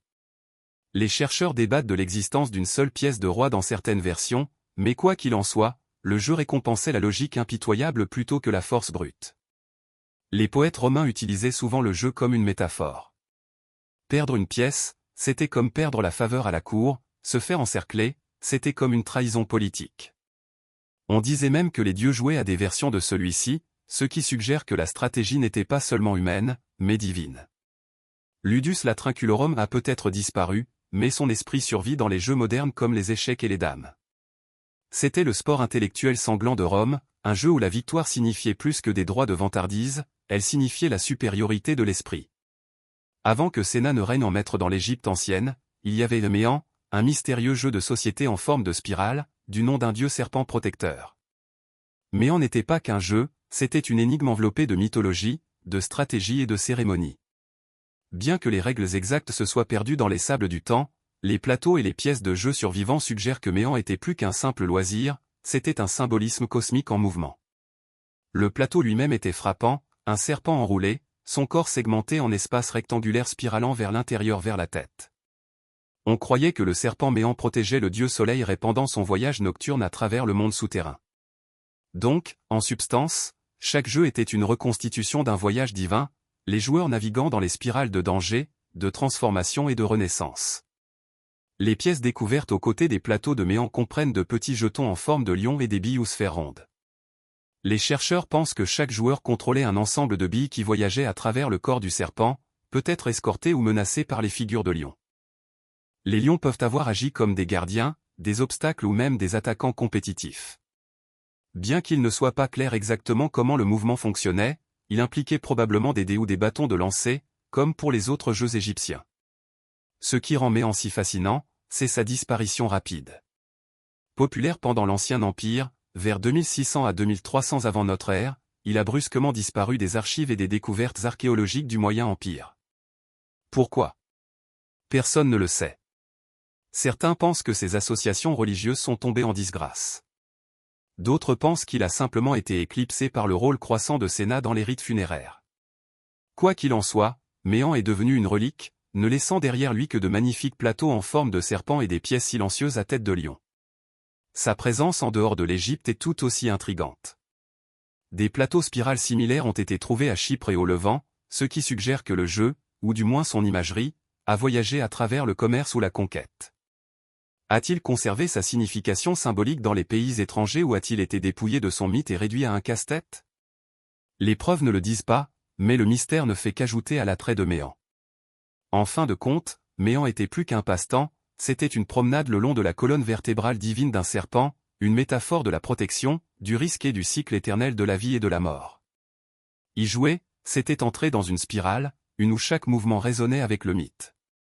Bien avant que les Vikings n'écrivent des sagas ou ne sculptent des pierres runiques, ils jouaient à Tafel, une famille de jeux de société asymétriques qui reflétaient leur monde brutal de raids, de sièges et de survie.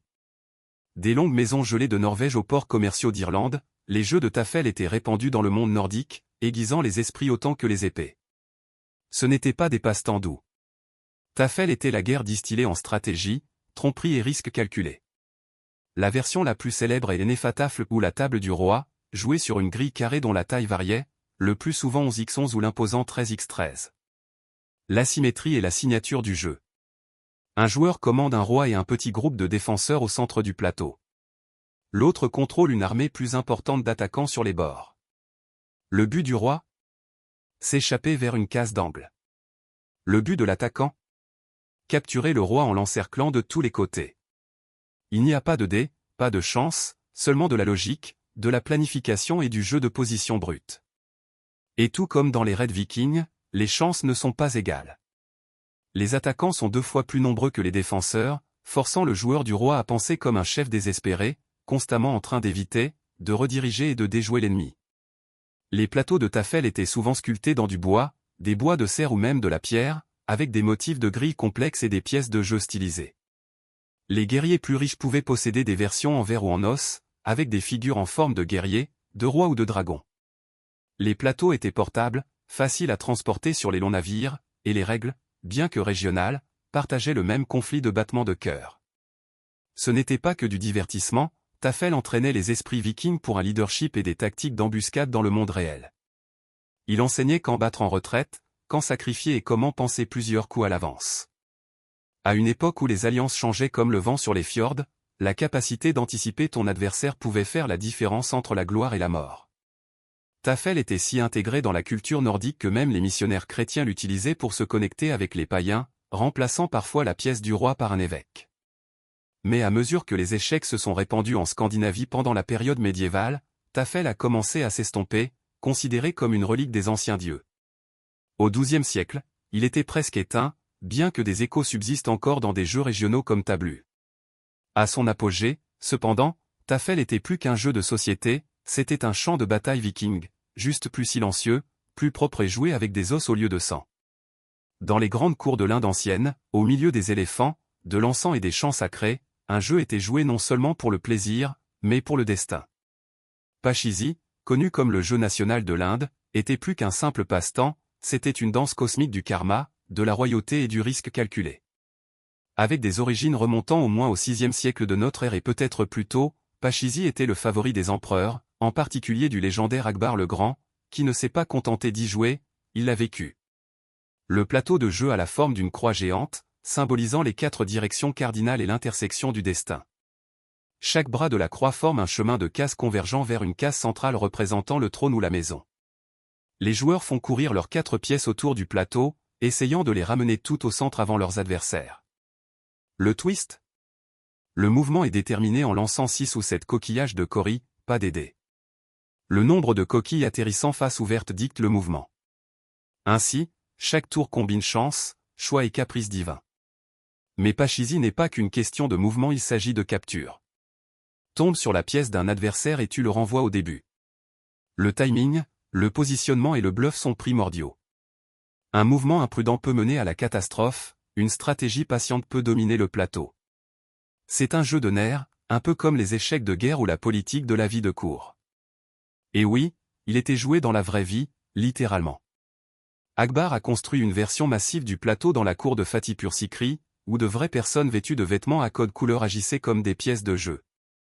Il jouait d'en haut, déplaçant des jetons humains avec une autorité royale. C'était du spectacle, de la gestion d'état et du théâtre spirituel, le tout en un. Les couches symboliques de Pachisi sont profondes. Le plateau en forme de croix reflète l'intersection du dharma, devoir, de l'artha, prospérité, du kama, désir, et du moksha, libération. Le succès exige non seulement de l'habileté, mais aussi un alignement avec l'ordre universel. Un bon jeu, comme une bonne vie, équilibre le risque et la retenue. Plus tard, les colons britanniques ont adapté Pachisi en ludo, aplatissant son symbolisme en quelque chose de plus digestible, mais le jeu original reste un chef-d'œuvre de la pensée indienne ancienne. Pachisi était plus qu'une course, c'était une leçon sur le destin, la patience et la danse subtile du karma sur un plateau où chaque lancer comptait. Si tu étais un aztèque, lancer les os n'était pas qu'un jeu de hasard, c'était une transaction spirituelle. Patoli, l'un des plus anciens jeux connus de Mésoamérique, était en partie jeu de hasard, en partie rituel et en partie drame cosmique. Il était joué partout, des humbles coins de village au grand temple de Tenochtitlan, et toujours sous l'œil vigilant des dieux, en particulier Macuilxochitl, le patron des jeux, de la danse et de l'excès. Le plateau de jeu était simple en apparence, une grille en forme de croix généralement dessinée sur des nattes, des pierres ou même sculptée directement dans les marches du temple. Il contenait 52 espaces, reflétant le cycle calendaire aztèque de 52 ans. Ce n'était pas accidentel. Le temps, le destin et les cycles cosmiques étaient intégrés à chaque case. Les joueurs commençaient avec 6 haricots marqués de points, fonctionnant comme des dés primitifs. Ceux-ci étaient lancés pour déterminer de combien d'espace le jeton d'un joueur pouvait se déplacer. Chaque joueur avait un ensemble de marqueurs, souvent des pierres, des os ou des figurines sculptées, qu'il manœuvrait autour du plateau dans le but de terminer un circuit avant son adversaire. Mais Patoli n'était pas qu'une course, c'était une lutte. Tombe sur la pièce d'un adversaire et tu pouvais le renvoyer au départ, ou pire, l'éliminer complètement.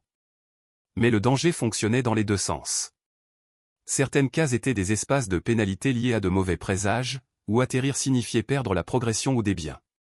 C'est vrai, des biens, parce que Patoli n'était pas seulement joué pour la fierté, c'était un événement de jeu à part entière. Les joueurs pariaient tout, de la nourriture et des couvertures à la poudre d'or, au jade et même aux esclaves. Les jeux à enjeux élevés pouvaient devenir intenses. Les spectateurs se rassemblaient, applaudissant ou huant, et les prêtres supervisaient parfois les matchs pour assurer l'équité et la bienséance spirituelle. Les joueurs faisaient des offrandes à Macuilxochitl avant les grands jeux, demandant de la chance ou le pardon en cas de perte. Jouer à Patoli, c'était risquer non seulement la richesse, mais la défaveur divine. Les Espagnols, à leur arrivée, ont été horrifiés. Ils ont vu Patoli comme une porte d'entrée vers le vice et le paganisme. Le jeu a été interdit et les plateaux détruits, mais le jeu a persisté dans la mémoire, transmis secrètement ou transformé en variante moins dangereuse. Ce qui rendait Patoli unique n'était pas seulement sa mécanique, mais sa fusion de chance, de stratégie et de cosmologie. Le plateau était un univers miniature, chaque lancer était une rotation du destin et chaque jeu reflétait le pari éternel entre l'ordre et le chaos, la vie et la perte. Pour moderniser, les jeux sont généralement considérés comme des loisirs, quelque chose pour se détendre, rivaliser ou tuer le temps. Mais dans le monde ancien, les jeux étaient souvent sacrés. Ils n'étaient pas que du divertissement, ils étaient des miroirs du cosmos, des terrains d'entraînement pour les dirigeants et des répétitions pour la mort, le destin et la renaissance. À travers les civilisations, de la Mésopotamie à la Mésoamérique, jouer n'était jamais juste jouer, c'était un rituel déguisé. Prends Sénat et Patoli par exemple. Ce n'étaient pas des passe-temps ordinaires, ils étaient imprégnés de sens religieux, souvent joués dans les temples, les tombes et les contextes cérémoniels. Des plateaux de Sénat ont été trouvés dans les tombes de pharaons égyptiens, non pas comme des jouets, mais comme des outils pour guider l'âme à travers la Doua, le monde souterrain. Gagner une partie de Sénat ne consistait pas à déjouer ton adversaire, il s'agissait de prouver ta préparation spirituelle pour l'au-delà. De même, dans le monde aztèque, Patoli était joué sous surveillance divine. Macuilxochitl, le dieu des jeux et de l'excès, exigeait des offrandes et l'observance. Les lancers de haricots n'étaient pas seulement chanceux ou malchanceux, ils étaient des messages des dieux, des signes de faveur ou de punition. Perdre tes possessions pouvait être considéré comme une justice karmique, gagner comme un alignement momentané avec les forces cosmiques. Même des jeux plus abstraits comme Méan et Pachisi avaient un riche poids symbolique. Méan reconstituait le serpent dieu enroulé autour du dieu soleil répandant son voyage nocturne dans le monde souterrain. Chaque mouvement sur le plateau symbolisait la protection, le progrès ou le péril. Pachisi, avec sa disposition en forme de croix, ne concernait pas seulement le fait d'atteindre le centre, c'était un modèle de dharma, de karma et de moksha, le cycle spirituel entier rendu en coquille de cori et en jetons. Et le rôle des jeux dans l'éducation et la guerre ne peut être surestimé. Des jeux comme Ludus la Trinculorum et Tafel n'étaient pas que des distractions pour les soldats, c'étaient des simulations tactiques. Les empereurs, les généraux et les jeunes nobles y jouaient non seulement pour gagner, mais pour apprendre. Les jeux entraînaient l'esprit à anticiper les mouvements, à contrer les menaces et à équilibrer l'agression avec la stratégie. Ils forgeaient des leaders en silence, loin du champ de bataille. Ainsi, qu'ils soient lancés dans les temples, chantés dans les cours ou sculptés dans la pierre, les jeux anciens remplissaient de multiples rôles. Ils amusaient, oui, mais ils enseignaient, guérissaient, jugeaient et préparaient aussi. Ils reliaient les humains au divin, les joueurs au destin et le temps à l'éternité. Dans le monde ancien, quand tu t'asseyais pour jouer, tu n'échappais pas à la vie, tu la vivais plus profondément. Mary Wollstonecraft Godwin est venue au monde le 30 août 1797 avec plus de pression dans son premier souffle que la plupart n'en ressentent dans une vie entière. Elle est née dans un tremblement de terre intellectuel. Ses parents, Mary Wollstonecraft et William Godwin, étaient deux des penseurs les plus radicaux de leur époque. Sa mère était l'auteur de A Vindication of the Rights of Women, un traité féministe ardent qui osait affirmer que les femmes étaient des êtres rationnels dignes d'éducation et d'égalité. Son père était un philosophe politique et romancier qui rejetait la monarchie, la religion organisée et le mariage traditionnel. Ensemble, ils formaient l'une des unions les plus révolutionnaires de l'Angleterre des Lumières. Et puis, 11 jours après la naissance de Marie, sa mère est décédée. Dès le début, la vie de Marie a été marquée par la brillance et la perte. Élevée par son père dans une maison remplie de livres, d'idées et de radicaux en visite, elle a grandi entourée du fantôme d'une mère qu'elle n'a jamais connue, mais dont la voix résonnait à travers les pages de ses écrits. Son père ne cachait pas ses œuvres, il encourageait Marie à les lire. Son éducation était tout sauf ordinaire. Elle a absorbé les mythes grecs, les sciences, la poésie, la philosophie et l'histoire avant que la plupart des enfants n'aient appris à écrire un paragraphe. Le jardin est devenu sa salle de classe, ses pensées étaient nourries par des auteurs comme Cage, Rousseau et Voltaire. Mais le ménage était loin d'être idyllique. William Godwin s'est finalement remarié et la relation de Marie avec sa belle-mère, Marie-Jane Claremont, était froide et contentieuse. La nouvelle Madame Godwin favorisait ses propres enfants et considérait Marie comme une fille lunatique et défiante avec trop d'imagination. Marie, pour sa part, méprisait les attentes domestiques placées sur elle et ne trouvait de réconfort que dans l'écriture et le rêve. À 10 ans, elle griffonnait ses propres histoires, à 14 ans, elle lisait des livres que la plupart des adultes craindraient de toucher. Ce n'était pas une fille faite pour la broderie et le thé, c'était une tempête rassemblant tranquillement de la force. L'enfance de Marie, encadrée par les idéaux de la révolution politique, de la liberté personnelle et de la rébellion féministe, a jeté les bases d'une vie pas comme les autres. Ses origines étaient hantées par la mort, définies par le génie et forgées dans le feu. Elle n'était pas simplement la fille de ses parents, elle était déjà en train de devenir quelque chose d'étrange et de bien plus puissant. Mary Shelley, la future mère de la science-fiction. À l'été 1814, Mary Godwin, à seulement 16 ans, a fait quelque chose qui allait déclencher un scandale dans tout le Londres littéraire. Elle s'est enfuie, mais pas seule. Elle s'est enfuie avec le poète déjà marié et follement idéaliste Percy Bysshe Shelley, un homme de 5 ans son aîné qui était à la fois l'admirateur de son père et sa plus grande déception.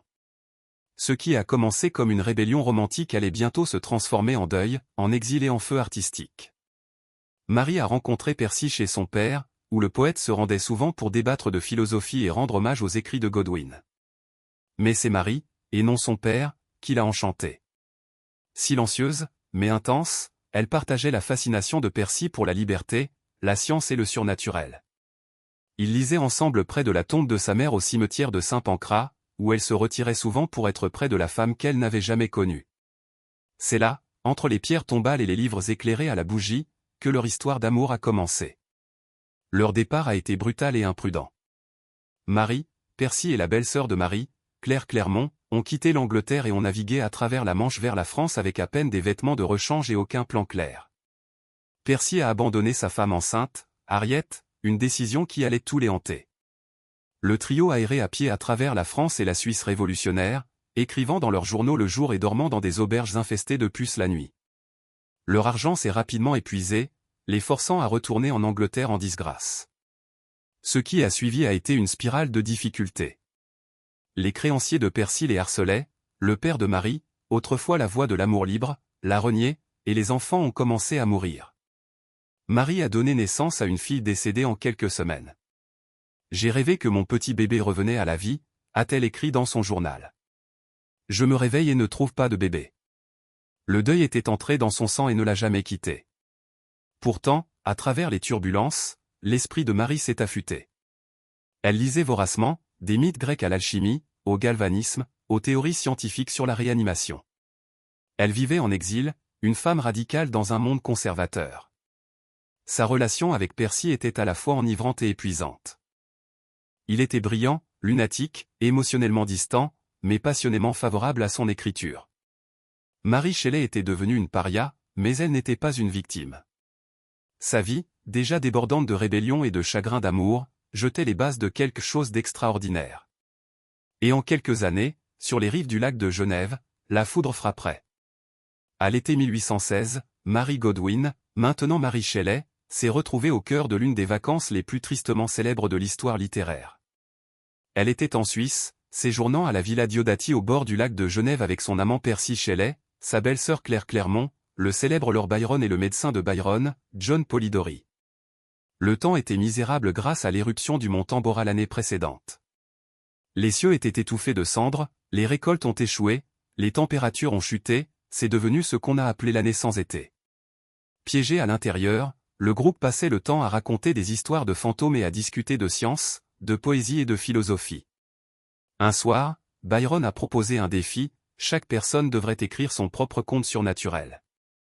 Une tempête créative a commencé à se préparer, une qui allait changer la littérature à jamais.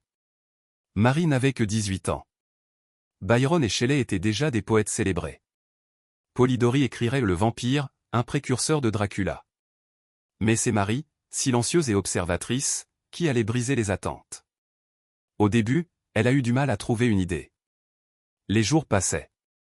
Puis, lors d'une conversation sur le galvanisme, l'utilisation de l'électricité pour réanimer les tissus morts, quelque chose a cliqué. Cette nuit-là, Mary a eu une vision.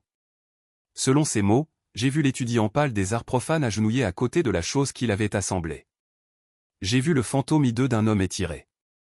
Elle avait rêvé d'un scientifique et du monstre qui l'a ramené à la vie. Ainsi est né Frankenstein, ou le Prométhée moderne. Le roman n'était pas que de l'horreur, c'était une fusion de science, de mythe et de deuil. L'obsession de Victor Frankenstein pour la création de la vie reflétait la fascination de l'époque pour le progrès scientifique. La créature, rejetée et mal aimée, reflétait les propres sentiments d'abandon et d'altérité de Mary. Les thèmes de la parentalité, de l'isolement et de la culpabilité saignaient sur chaque page, tirés de ses pertes et des hommes chaotiques autour d'elle. Lorsque Frankenstein a été publié en 1818, il était anonyme. Beaucoup supposaient que Percy l'avait écrit. Il avait écrit la préface, il était le mari, il était l'homme. Mais la vérité ne pouvait pas rester cachée. Le monde en viendrait à connaître Mary Shelley non seulement comme l'épouse d'un poète, mais comme la mère de la science-fiction. En un été, elle avait pris la foudre, la mort et son propre chagrin et avait créé un monstre qui ne mourrait jamais. Après la naissance de Frankenstein, la vie de Mary Shelley ne s'est pas installée dans un triomphe littéraire. Au lieu de cela, elle a plongé plus profondément dans le chagrin. La mort l'avait toujours encerclée, mais dans les années qui ont suivi 1818, elle s'est refermée implacablement. Même si sa création a commencé à marcher dans l'imagination du public, sa propre famille a commencé à disparaître. Mary et Percy sont retournés en Angleterre où le chagrin a frappé à nouveau. Leurs deux jeunes enfants, Clara et William, sont décédés tous les deux. Clara de la dysenterie en Italie, William du paludisme peu de temps après. Mary était dévastée. Elle avait maintenant perdu 3 enfants en autant d'années. La douleur était sans fond. Elle a écrit « Je ne suis pas maintenant dans un état à être réconfortée ». Elle s'est isolée, son esprit assombri par des cauchemars et sa santé a commencé à se détériorer. Pourtant, au milieu du chagrin, une lueur de vie a émergé. En 1819, elle a donné naissance à son seul enfant survivant, Percy Florence Shelley. Il allait devenir son ancre dans les années à venir, mais même lui ne pouvait pas la protéger du prochain coup. En 1822, la tragédie a frappé à nouveau, cette fois brutalement et soudainement. Percy Shelley s'est noyé dans une tempête alors qu'il naviguait au large des côtes italiennes. Son corps a été rejeté sur le rivage, méconnaissable, sauf pour un volume de la poésie de Keats dans sa poche. Mary n'avait que 24 ans, veuve, fauchée et émotionnellement brisée. Elle avait vécu la mort de 3 enfants, le suicide de sa demi-sœur Fanny, le suicide de la femme arrangée de Percy, Harriet, et maintenant la noyade de l'amour de sa vie. C'était une horreur gothique qu'aucune fiction ne pouvait égaler. Pourtant, elle a d'une manière ou d'une autre enduré. Mary a rassemblé les restes de Percy, à la fois littéraux et littéraires. Elle a préservé ses poèmes, sa réputation et aurait même gardé un morceau de son cœur calcifié enveloppé de soie, rangé dans son bureau. Le deuil n'était plus seulement un compagnon, c'était sa muse constante. Et à travers tout cela, elle a continué à écrire. Sa plume est devenue sa bouée de sauvetage. Elle a composé Valperga, un roman historique, Le Dernier Homme, une vision post-apocalyptique de la peste et de l'isolement qui reflétait étrangement sa propre désolation. Et elle a édité et publié les œuvres de Percy, s'assurant que son héritage ne se noierait pas avec lui. Mary Shelley n'a pas seulement survécu à la tragédie, elle l'a absorbée, transformée et en a fait de l'art. L'amour avait défini ses premières années, mais maintenant la perte allait façonner son mythe. Au milieu des années 1820, Mary Shelley était seule d'une manière que peu de jeunes femmes de son époque pouvaient imaginer. À seulement 28 ans, elle avait déjà enterré la plupart des personnes qu'elle avait aimées, ses parents, ses enfants, sa demi-sœur, son mari. Ce qui restait, c'était sa plume, son fils Percy Florence et le poids écrasant de l'héritage. Elle n'était plus l'adolescente radicale qui avait fui l'Angleterre par amour, elle était maintenant une veuve, une mère célibataire et une femme entourée de fantômes. Et pourtant, elle a enduré. Financièrement instable, Mary comptait sur son écriture pour survivre, mais la société victorienne n'était pas tendre avec les femmes qui avaient trop vécu. Elle était jugée non seulement comme une auteure, mais aussi comme l'épouse scandaleuse d'un poète controversé. Les éditeurs voulaient qu'elle soit acceptable, respectable. Elle a donc appris à naviguer dans le monde littéraire avec soin, équilibrant son passé radical avec la nécessité de fournir une vie stable à son fils. Elle a écrit sans relâche des romans comme Perkin Warbeck, Lodore et Fulné, tissant chacun des thèmes d'exil politique, de mère perdue et de conflits moraux. Il n'était pas aussi révolutionnaire que Frankenstein, mais il reflétait sa perspective en évolution, moins idéaliste, plus ancrée et profondément introspective. Elle a également produit des biographies, des journaux de voyage et d'innombrables projets éditoriaux, y compris la tâche monumentale de préserver et de promouvoir la poésie de Percy Shelley.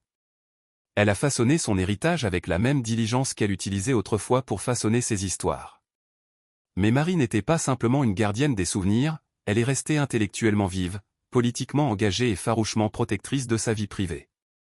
Elle a rejeté plusieurs propositions de mariage. Elle a refusé de publier des potins ou de révéler des secrets.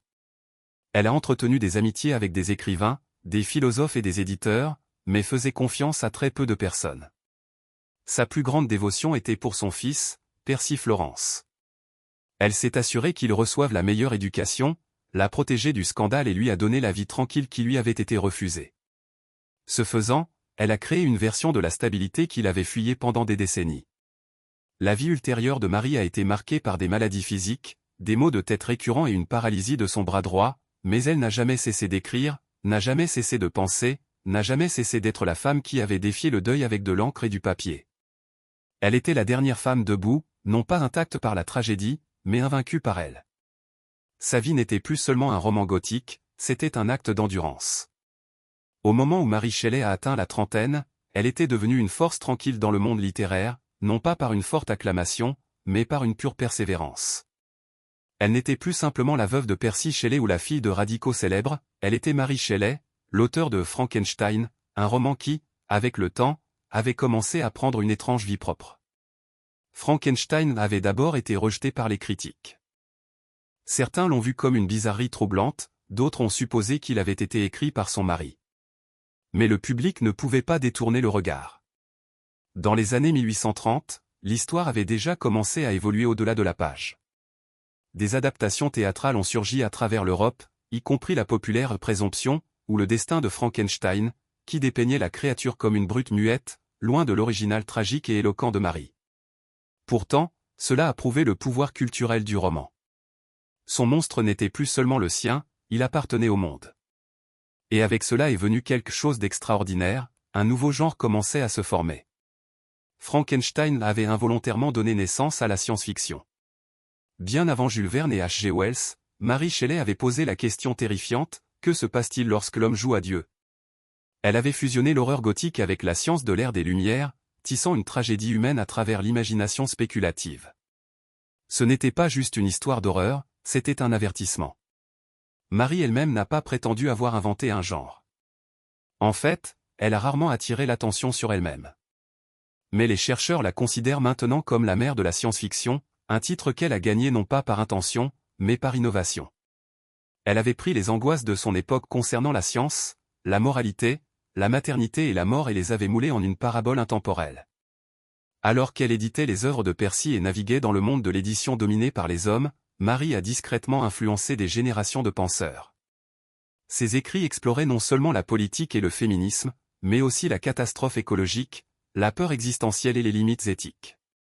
Son roman de 1826, Le Dernier Homme, imaginait un monde ravagé par la peste et la solitude, une vision qui ne serait pleinement appréciée qu'un siècle plus tard. Bien que malade pendant une grande partie de sa vie ultérieure, elle n'a jamais cessé de s'engager avec le monde à travers son écriture. Son héritage était déjà en mouvement, sortant furtivement du laboratoire, sur la scène, à travers la presse et dans le sang de la culture moderne. Mary Shelley avait insufflé la vie à une idée qui ne mourrait jamais et pour cela, la littérature ne serait plus jamais la même. La vie de Mary Shelley a été façonnée non seulement par l'amour et la perte, mais par l'identité, une identité qu'elle était constamment forcée de défendre, de remodeler et de préserver. Être une femme écrivain au XIXe siècle était déjà un acte politique. Être Mary Shelley, la fille de révolutionnaire, la veuve d'un poète radical et la créatrice d'un monstre moralement complexe, a rendu son existence encore plus chargée. Après la mort de Percy, Mary s'est retrouvée dans une position précaire. Bien qu'elle ait pris son nom de famille grâce à leur mariage, son statut d'exécutrice littéraire et de gardienne de son héritage n'était pas garanti. Sa famille, les aristocratiques Shelley, n'avaient jamais approuvé Mary. Ils la considéraient avec suspicion, la considéraient comme dangereuse et lui offraient une maigre allocation à condition qu'elle reste en dehors de leurs affaires. Ils lui ont permis d'élever son fils, mais pas de parler trop librement. Mary a joué un jeu long et prudent. Elle a suivi la ligne entre le respectabilité et la rébellion, créant une personnalité publique qui était tranquille, littéraire et maternelle, tout en protégeant sa lignée radicale sous la surface. Lors de l'édition de la poésie de Percy et de l'écriture de ses mémoires, elle a subtilement aseptisé son athéisme et ses opinions révolutionnaires, s'assurant que ses œuvres pourraient atteindre un public victorien plus large et plus conservateur. Les critiques ont débattu de cette décision pendant des décennies. Était-ce une trahison ou une stratégie? Peut-être étaient-ce les deux. Mary comprenait la politique de la réputation mieux que la plupart. Mais alors qu'elle travaillait à préserver l'héritage de Percy, elle se battait aussi pour le sien. Les éditeurs voulaient qu'elle soit silencieuse, anonyme ou au mieux, la note de bas de page du génie de son mari. Mary a refusé. Elle a continué à écrire des romans sous son propre nom à une époque où les femmes publiaient encore sous des pseudonymes masculins. Mary Shelley a insisté sur la visibilité. En même temps, elle a discrètement inséré des thèmes politiques dans sa fiction. Dans L'Odore et Eupulné, elle a exploré les questions d'autonomie féminine, de paternité imparfaite et des limitations sociales imposées aux femmes. Dans Le Dernier Homme, elle a imaginé l'effondrement de la civilisation et la futilité de l'Empire, un commentaire à peine subtil. La plume de Mary Shelley n'était pas seulement un outil créatif, c'était une arme. À travers la fiction, la biographie et un travail éditorial discret, elle a façonné non seulement la mémoire d'une génération, mais le cadre de la littérature moderne. Alors que l'ère victorienne fleurissait autour d'elle, Mary Shelley est entrée dans sa dernière décennie avec une dignité tranquille, ombragée par le déclin physique et l'isolement émotionnel. Bien qu'elle soit toujours reconnue pour son intellect et ses contributions littéraires, le monde qui avait autrefois tourbillonné avec le radicalisme et le romantisme s'estompait et Mary était l'un de ses derniers témoins vivants. Le cercle vibrant de sa jeunesse, Byron, Percy, Claire, même son père, William Godwin, avait disparu. Le feu révolutionnaire du début des années 1800 avait cédé la place à la retenue victorienne. Mary s'est retrouvée de plus en plus seule, accablée par une maladie chronique. Elle souffrait de maux de tête débilitants, d'une paralysie partielle des bras et de ce qui aurait pu être une tumeur au cerveau récurrente. Pourtant, elle se plaignait rarement. Sa douleur était simplement intégrée à sa routine, comme de l'encre sur du papier. Elle est restée attachée à son fils, Percy Florence Shelley, qui était devenu un jeune homme beau et affectueux. Contrairement à ses parents, Percy Florence a vécu une vie conventionnelle, héritant finalement de la baronnie refusée à son père. Mary s'est accrochée à sa compagnie, concentrant son énergie restante à assurer son succès et à le protéger du scandale, en particulier des fantômes qui suivaient encore le nom de Shelley. Bien que ses jours de création audacieuse soient derrière elle, Mary a continué à travailler. Elle a entretenu une correspondance avec des éditeurs, des amis et des intellectuels. Elle a continué à lire largement, histoire, sciences, théorie politique, restant intellectuellement engagée même si son corps la trahissait. Elle a continué à éditer les œuvres de Percy, conservant soigneusement son héritage poétique tout en contournant les pièces les plus incendiaires pour préserver la faveur du public. Mais les ombres ne se sont jamais complètement dissipées. Elle a vécu modestement, parfois au bord de la pauvreté, et ne s'est jamais remariée. Le mariage, pour Mary, n'a jamais été une question de sécurité, il s'agissait de passion et d'idéaux partagés. Personne d'autre ne pouvait combler l'espace que Percy avait occupé, ni ne le leur permettrait-elle d'essayer. En 1851, à l'âge de 53 ans, Mary Shelley est décédée de ce qui était probablement une tumeur au cerveau. Elle s'est éteinte paisiblement, entourée de son fils et de sa femme. Après sa mort, ils ont trouvé parmi ses biens des mèches de cheveux de ses enfants perdus et le morceau de cœur de Percy Shelley dont on parlait, enveloppé de soie. Même dans la mort, Mary Shelley est restée la gardienne de la mémoire, une femme façonnée par la perte, élevée par le génie et poussée à écrire à travers chaque ombre. Mary Shelley est décédée en 1851, mais sa voix ne s'est jamais tue. Dans les décennies qui ont suivi, son œuvre, en particulier Frankenstein, a dépassé son imagination la plus folle. Ce qui a commencé comme une histoire de fantôme d'une adolescente en fuite est devenu l'un des romans les plus influents de l'histoire humaine. Mary Shelley n'a pas seulement été remémorée, elle a été ressuscitée encore et encore. Au début, sa renommée a persisté discrètement. De son vivant, elle avait été saluée principalement pour sa loyauté envers Percy et son travail d'édition de sa poésie. Sa propre fiction, bien que respectée, était souvent rejetée ou mal comprise. Frankenstein l'était toujours considéré comme une curiosité, classée sous l'horreur gothique, ses thèmes plus profonds étant ignorés par un monde pas encore prêt à remettre en question la science, la moralité et la place de l'homme dans l'univers. Mais le temps a révélé son génie. Au XXe siècle, le monstre de Mary était devenu une icône culturelle. Les adaptations cinématographiques, commençant avec l'ère du cinéma muet et explosant avec le Frankenstein d'Universal en 1931 mettant en vedette Boris Karloff, ont donné à sa création un nouveau visage, littéralement. La créature est devenue un symbole incompris de l'anxiété moderne, un être tragique forgé par l'arrogance humaine et rejeté par la société. Chaque adaptation reflétait les craintes de son époque, la guerre, la technologie, l'énergie nucléaire, l'intelligence artificielle et toujours, au cœur, les empreintes digitales de Mary Shelley. Les chercheurs ont commencé à revisiter son œuvre avec un regard nouveau. Les critiques féministes l'ont défendue non seulement en tant qu'épouse d'un poète, mais en tant qu'architecte littéraire à part entière.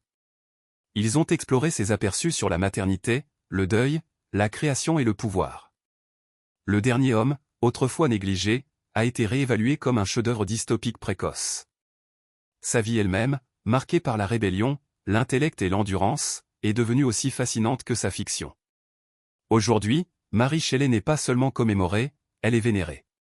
Elle est appelée la mère de la science-fiction, la reine de la littérature gothique, une pionnière qui a fusionné le personnel avec le philosophique. Son héritage vit dans les salles de classe, les laboratoires, les studios de cinéma et le discours politique.